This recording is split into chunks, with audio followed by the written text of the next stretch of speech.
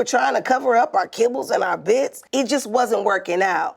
And I remember JB looking at me saying, come on now, Cora, we look damn good. Let's do it. And I was just like, ah. Hey y'all, I'm Niecy Nash-Betts, and today I'm looking back at some of the moments that have shaped me and my career.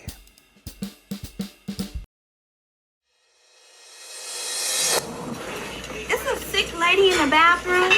Is she with somebody here? She's outside. I was so happy to play the woman in the diner. And my scene, my first time out, was with the Whoopi Goldberg. Is that your friend in there in the bathroom? Yeah. Girl, you better get in there. She in there throwing up. Whoopi kept laughing every time I came out of the diner and said the line. And I said, oh my God, I'm gonna get fired because this lady is laughing and the director is getting frustrated. Kids, do not do this. Before I exited, I prayed. I said, Lord, I need this lady to keep a straight face because I don't wanna lose my job. I come out, I say the line, she laughs again, and I say, stop, hold up, time out. Don't do that. Do not do that. And the director was like, what's going on? And I said, well, she's messing up the scene. And Whoopi Goldberg said, no, you didn't. I said, girl, yes, I did, because they're not going to fire you. Needless to say, we got it all worked out. And now, me and Whoopi Goldberg are practically best friends. Hey, Whoopi. My favorite thing about being a cop is that I get to slap men around. I love it. Raynisha Williams. Let me tell you something. I loved this job and character so much. It has been more than 20 years, and I am still called back into duty to play Raynisha. So I have the baby hair and the booty at home with the uniform on standby at all times. And with this one, I had never heard of like Groundlings or Second City or any of the improv troupes. So I just kind of lied my way into the audition. And I don't know if I was necessarily the best girl for the job at the time during the audition process. But what I do know is that I was comfortable in my skin. And I always been funny. So I guess, look, I was gonna say, I guess it worked out. But we know it did. I think my most iconic quote from Reno 911 was when I said, well, baby, when the edges is in Africa and the back is in China, them continents don't meet. Go on and get you some hair that blend in. Reno 911 was a totally improvised show. So anything you hear us say came straight from the dome. I know you thought I was on your side while you was sashaying around in that little fancy mansion in Bel Air, but I've been on to you. I was a scream queen. Listen, Denise Hemphill is she was a security guard, not even a cop. But I loved her so much. And also with this character, Ryan Murphy gave me the freedom to improv and play around, make some things up. The girls were lovely, but at the end of the day, to this day, I still believe it was that damn Zayday Williams. If you know, you know.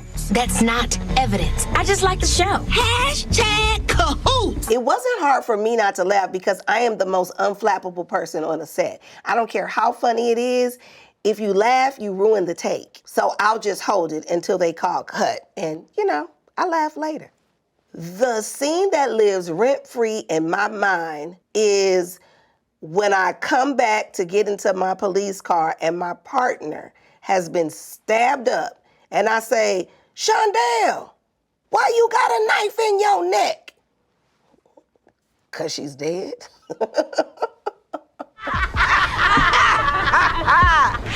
That's a good one. Oh, Desna Sims in Claws. In this particular scene, I was throwing Virginia out of my shop, who was played by Karrueche Tran. I love this scene so much because Karrueche is annoying in real life. I'm just gonna say it. I said it and there it is. She knows she's annoying. I'm not speaking out of school. Anybody who followed my social media at the time said, oh my God, this girl just worries Niecy to death, and does. So I was happy to throw her around to give her a little taste of her own medicine. And I think I said to her in this scene, I think I called her a skank rag from Okeechobee. Please don't even ask me to break it down, because I can't. So what was it like playing a character who's kind of a villain sometimes? Do you think Desna was a villain? Well, I don't see Desna as a villain. I think she was a writer. I think she was a badass. One of the things I loved about creating that character is because she was a woman over 40, not married, like many of my friends at the time, having sex for her own pleasure. I was very insistent on her wearing her hair in a wild, natural style, which wasn't on TV then. I just wanted my friends to see themselves in this character. If Claus got another season, I probably would like to see how Desna what she would be like as a full queen pin, and whether or not her and Roller, played by Jack Kessie, would ever run it back. A lot of people think that this little Thundercat just came in here and picked me up and turned me every which way but loose. I gave myself permission to feel what I felt in the moment. Yeah. That's right. Red Table Talk. When I got married, the world had never seen me date a same-sex partner. So there was all this speculation, there were a lot of rumors, and I said, you know what, I don't want to keep having conversations all around town. Let's pick one place, go there, tell the story, and be gone from it. And we chose Red Table Talk because at that time, in 2021, that was the place you went to spill your own tea. In this interview, I said that Jessica fell in love with me because I'm a praying woman. And that is still true. I feel like you have to be connected to your faith in order to be in an industry that comes with a lot of hard knocks, a lot of judgment, and know for sure that you're walking in your purpose. Jessica and I's first date was over crabs and wine. I make crabs for Jessica every weekend. And when we sit down to that big tin of crabs, we always give each other a look. We don't always speak on it, but it's like, you know what this started. 2022, Essence magazine cover, myself and my spouse. Now, in 52 years of the magazine, it was the first time there was ever a same-sex couple on the cover. This is what I feel like was one of the most iconic moments for me as a queer Black woman. It's gonna be at the airport when you show up. It's gonna be at the grocery store and the drugstore when you walk in there. I even found it at a bookstore by my house. Matter of fact, I have it like the size of a Jumbotron in my own house. Oh yeah, never get tired of looking at it. It was the idea of the magazine for us to be naked on the cover. We were supposed to be on a closed set. It was freezing on the rooftop of this building. Shout out to photographer Rob Ector because he took this photo. And there were so many people around and we were trying to cover up our kibbles and our bits. It just wasn't working out. And I remember JB looking at me saying, "Come on now, Cora, we look damn good. Let's do it." And I was just like, ah. And my spouse wasn't lying. They came out great. Every day I am determined to beat them, and every night I'll crawl into bed feeling beaten. Oh, The Rookie, which ultimately led to Rookie Feds. Nathan Fillion is one of the kindest human beings I've ever met. He is so gracious and so kind. And so I started on The Rookie, I think, with a 2-episode arc. And then that rolled into me doing The Rookie Feds, where I played FBI agent Simone Clark. And she used her people skills in her job quite a bit. She was a non-traditional FBI agent. How's that ex-fiance of yours? Oh, man. When I started the show, I knew that they wanted to make a spinoff, but it had to, get baked into the original series somehow. Fun fact, this is a show, the spinoff, that did not survive the strike. I was in Miami hosting an event and I had to introduce Jessica on stage. because she was performing at the same event. And right before I went up to introduce her, I got the phone call from my agents that said this show didn't survive the strike and it's not coming back. My lip was trembling, the tears were starting to form in my eyes, and Jessica was saying all the right things. She was like, hey, listen, you're gonna get him on the next one. You're still great. And then I heard her voice crack, and like yeah, everything was gonna be all right. And I said, oh my God, that means you got fired too, because she was my love interest on the show. I just have fond memories of it because it was a show where we actually got to work together. Both of my daughters were on the show.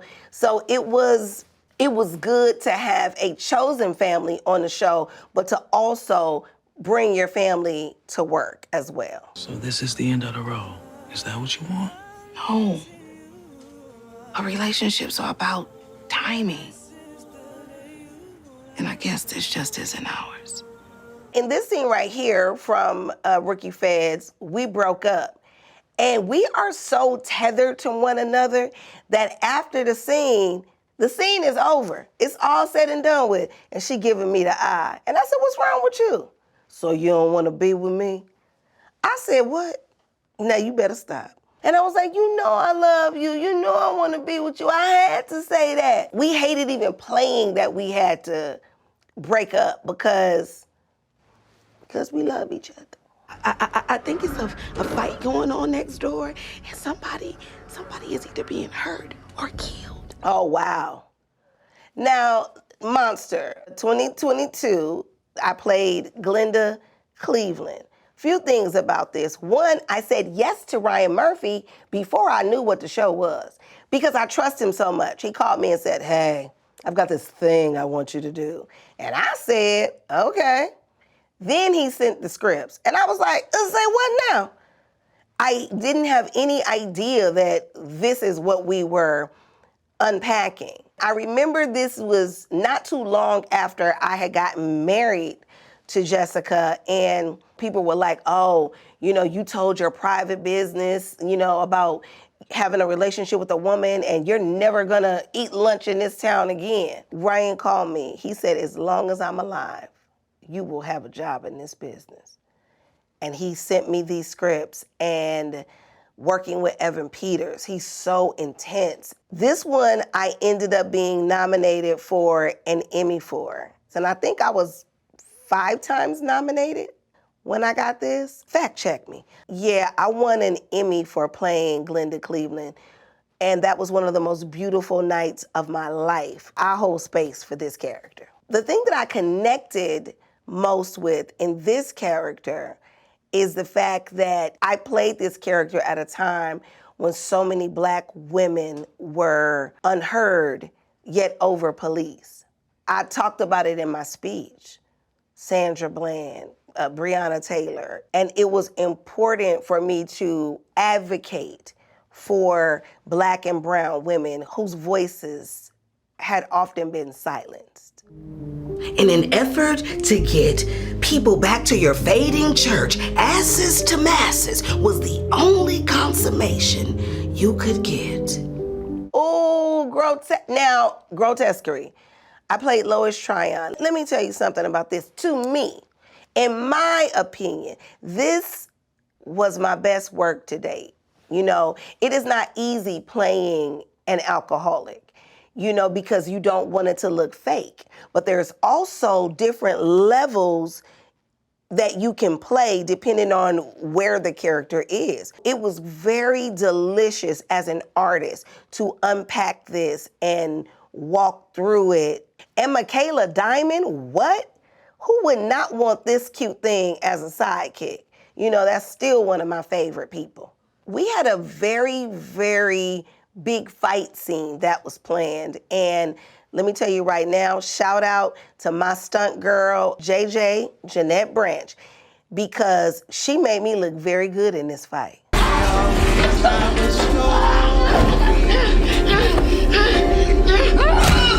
You know what I mean? I look like I got beat down to the ground, and I loved every minute of it. Between drama and comedy, I approach my roles the exact same way. I start at trying to find the intersection between that character and me. and then I build it out after I see the visual. Sometimes I even assign them a zodiac sign. And y'all know, if you put one thing up about a zodiac sign, all the people who follow you got something to say about it. I do want to say that I do feel very, very blessed because there is a short list of people who can make you laugh and make you cry. And I am so grateful that I have that duality in my instrument. Thank you, Lord. You are not taking so much as a ballpoint pen out of this building. Enough edging, counselor. Let us come already. Emerald Green from All's Fair. First of all, when Ryan calls, you just say yes. All of these ladies signed on to be a part of this project without a script. That tells you how much faith and trust we have in Ryan Murphy. And then he wrote these characters based on our yes. I love Emerald Green. I love that she has 3 boys. I love that, women who may have had fertility issues can see themselves in her. I love that she was a single mom by choice. The fashion is unmatched. And one thing I tell you about this, it was very important to me that Emerald show up in this particular world in things that were made by Black designers. I wanted to make sure when I had this platform, other people who look like me could also benefit from the platform. So, there you go. You had a really powerful moment with Tiana at the Essence Women in Hollywood Awards. What did this reunion feel like to you? Oh, I love me some Tiana Taylor. Love, love, love. I presented her with the Essence Women of Hollywood Award, and we just had a very beautiful and genuine connection. And I don't play about her. You know what I mean? Not at all. That's one of those ones who you pick up the phone and we ride at dawn. Where am I meeting you? Because I'm pulling up. I'm very, very happy that these are the women that I'm on the ride with. Someone asked me, what did I learn from the women during filming? And I said, it's not even about what I learned, to be honest with you, it's the sisterhood that I gained. We are connected and bonded in such a real way off camera that it will probably serve me to the end of time. Them, thank you so much for having me. Be sure to check out All's Fair on Hulu.